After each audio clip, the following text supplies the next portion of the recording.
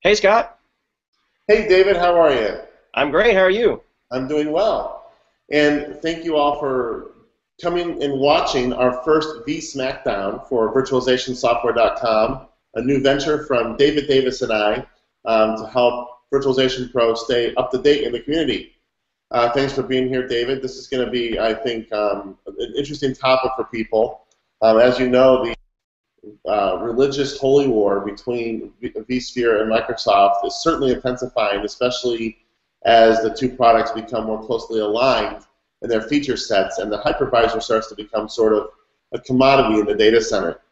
If we look at the product comparison that you and I put together for virtualizationsoftware.com, I think we're definitely seeing many more similarities today than we used to see in the past, and really, rather than the products being as far apart as they used to be, and really vSphere being the king of the hill, we're starting to see more balancing of the scales and more subtle differentiation between the products. How do you feel about that statement? Yeah, I think that's absolutely true. It was really interesting to me actually to put together this vSmackdown comparison with you. I learned a lot. There's a lot of subtle differences I think between the products, even in talking to VMware and Microsoft. Sometimes I had to be kind of the mediator and try to explain the value and feature of one feature in vSphere, let's say, to Microsoft, and what Microsoft did to vSphere. And so through that I learned a lot, and I did learn, as you said, there's more similarities today than there've been in the past. For example, VMware, of course, has their most well-known feature, vMotion, and Microsoft now has live migration. VMware has storage vMotion. Microsoft has live storage migration, or storage migration. So, the feature set I see is coming together, more and more. What did you think about the comparison? What stuck out to you? I think that probably one of the things that sticks out to me more than anything is still what's different between the two products, and I think that really revolves around the management layer. I believe still, even though I really like the Hyper-V product, that VMware has a superior management layer. For administrators, it's much easier to deal with. Creating a cluster on the Hyper-V side is, for lack of a better phrase, sort of a cluster. um, and with vSphere and vCenter, it's basically drop and go, and you're on your merry way. So you're able to be more task focused rather than process focused, I think, in vSphere than you are with Hyper-V. I think that it's still more streamlined. I think Microsoft will get there, but it's going to be a little bit of time before we see it really come together. And that's really interesting coming from you, who's an expert, in System Center. Yeah, and I still think the System Center is. I think that on the whole, if you compare System Center with just a base vCenter, which is still what a lot of organizations are buying, because of Microsoft's bundling of all of the System Center components, there's a lot more potential in System Center for data center automation, for monitoring, and for desktop management and things like that organizations may not have taken advantage of before. But when it comes to just the hypervisor itself, I still think VMM is a little bit weaker than vCenter. But again, I think Microsoft is seeing the writing on the wall, especially this idea that the hypervisor is becoming the gateway to the cloud, and they're going to redouble their efforts to make sure that this battle is won in a way that's good for Microsoft's long-term future.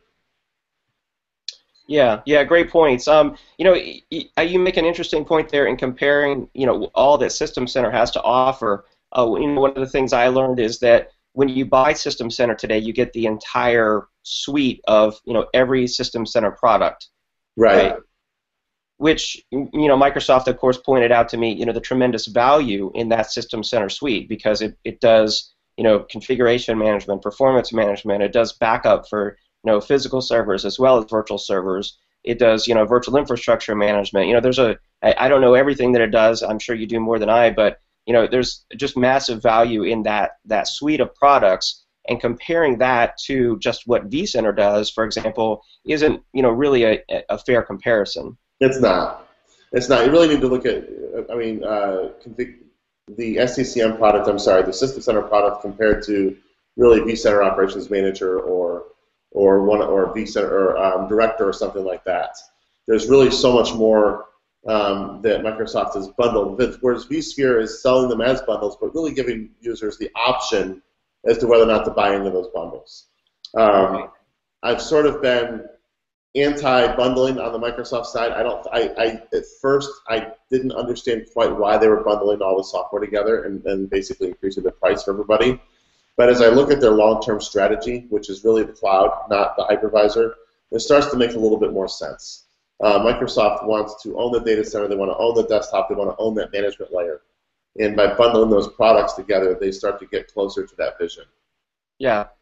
Yeah, I was at VMware headquarters about a year ago, and I asked one of the product managers for VMware if VMware intended on being what I call the Starbucks of virtualization. Meaning, I'm a big coffee drinker, coffee fan, and go to Starbucks a lot. And my comparison was, you go to Starbucks, let's say you pay a lot more, and everyone accepts that, for even the standard cup of coffee, compared to down the street at, let's say, McDonald's. And the answer I got from VMware was essentially yes. We intend to be the Starbucks of virtualization, and I find that comparison interesting. Not just in, say, the coffee market, but even, for example, consumer electronics. An Apple iPhone. Everyone accepts it costs more than other products, but people see that value. And so I think I see some similarities here, where VMware is kind of trying to say, yes, you pay more for us. Although their cost comparisons, they say no, the cost is the same or better. But I think in the end, from what I've learned, you are paying more for VMware, and maybe not getting, this massive amount of bundled features, but their argument is that you get more value out of that. What do you think about that comparison? I think that for the time being, that's actually true, and it has been true historically. Now, when you look at things even like the iPhone or Starbucks versus McDonald's, as comparisons, though, look at what Samsung's doing to Apple. I mean, I have somehow become an Apple guy. I'm not quite sure how that happened, but I have an iPad and an iPhone and a MacBook Retina and all that good stuff. And so I like Apple. Not a fanboy, but I just like the stuff. But you start to see Samsung catching up in a pretty significant way, and Apple's been really on a perch for a very long time, but Samsung is really starting to eat Apple's lunch when you start looking at market share. And a lot of that's just because of execution lately. Apple's not come up with anything that's necessarily innovative in the last year. I mean, the iPad Mini is a year and a half old or something like that now. They haven't really done anything in the last year and a half. And so they've sort of let the market catch up. And I see that happening a little bit to VMware as well. You look at Starbucks and McDonald's. My wife is a coffee aficionado. She loves coffee, but she's just as happy now to go to McDonald's because they've improved their coffee as she is to Starbucks. Again, I think that's a case where the market has caught up with the demand, and there's less differentiation between those at the top of the perch and those that are catching up than there used to be. And I see that definitely happening to VMware. There's much less differentiation in the product, and it's not necessarily the fact that people are going to just rip and replace their vSphere environment, but what they'll start to do, and it's actually happening, is start putting in multiple hypervisor environments, which is good for companies like Hotlink and things like that create these really awesome multi-hypervisor tools. But they'll start looking at a Hyper-V layer as either a secondary hypervisor, or what's actually starting to happen is a VDI hypervisor. And I'll be writing about that next week, actually, at Wikibon. You'll see an article come out about that, and I'll be linking to it on virtualizationsoftware.com. But you're starting to see those sort of inroads being made because of the lack of differentiation between the products. Yeah, I totally agree. I think Microsoft's market share in the virtualization space, will continue to increase, of course, as their product features and the functionality increases. And I think in the end, there'll be plenty of space for both of these companies in the virtualization market. It's not like VMware's going to go out of business because Hyper-V got so popular. Right. Just as if Apple's not going to go out of business, even though Samsung might erode their market share to some degree. So I think they both make very valuable products, and VMware continues to innovate and really push the number of advanced features and come up with things that I never even dreamed were possible. But I think the biggest thing that Microsoft sort of tries to hold over the head and use competitively is their ownership of the Windows operating system license for servers in the infrastructure and desktops for VDI. One of the things that they pointed out to me while I was working with them to get some information to create this product comparison is that if you buy a Windows data center license, you get unlimited Windows Server operating systems from that single Windows data center license. So you put that on physical server, and essentially you can run all the Windows Server virtual machines that you want inside that Hyper-V instance without paying anything more. Right. And that's something that VMware just can't really compete with because they don't own that license. I agree, and actually I think that's one of the main reasons why Microsoft increased the price of System Center, because they could. They're still lower than vSphere in many ways, but it's that ownership of the operating system environment that pretty much everything still runs on. We still have Linux, of course, but you have to have Windows in the data center in a lot of cases. And it's huge. That's a huge cost differential that VMware has trouble making up. Now, even in a vSphere environment, you can leverage that. You still have to buy the Windows Data Center license in order to be able to do that. For some reason, it seems to be not as well known as it should be, but you can buy a Windows Data Center license and not install it, but still use the license benefits. And I think that's important for vSphere admins to understand too, because it can save them a lot of money in their vSphere environments. So that's a great point. I didn't think about that. So you're saying you run ESXi on the physical server, but then you buy the data center license and just use that to run as many Windows Server virtual machines as you want underneath ESXi. Right. Yeah. Very cool. Very cool. At the start of this this hangout, you mentioned how some people have said that the hypervisor is becoming a commodity, and one of the things I've done is try to push back a little bit on that. I mean, I do agree to some sense that when the configuration maximums get so large, it's almost like the Ferrari versus Lamborghini argument. Yeah. Which one's faster? It really doesn't matter anymore. But to me, the important decision when you choose a hypervisor, even though it's not the config maximums anymore, to me, the ecosystem is important. How many blog posts are out there? How many support knowledge base articles are out there? How many books? How many video training courses? How many consultants and certified professionals are willing and excited to support this installation of your new hypervisor? To me, that's an important factor to consider. It's not just all about cost, although, of course, cost is going to be important in any business. I think that ecosystem is important as well.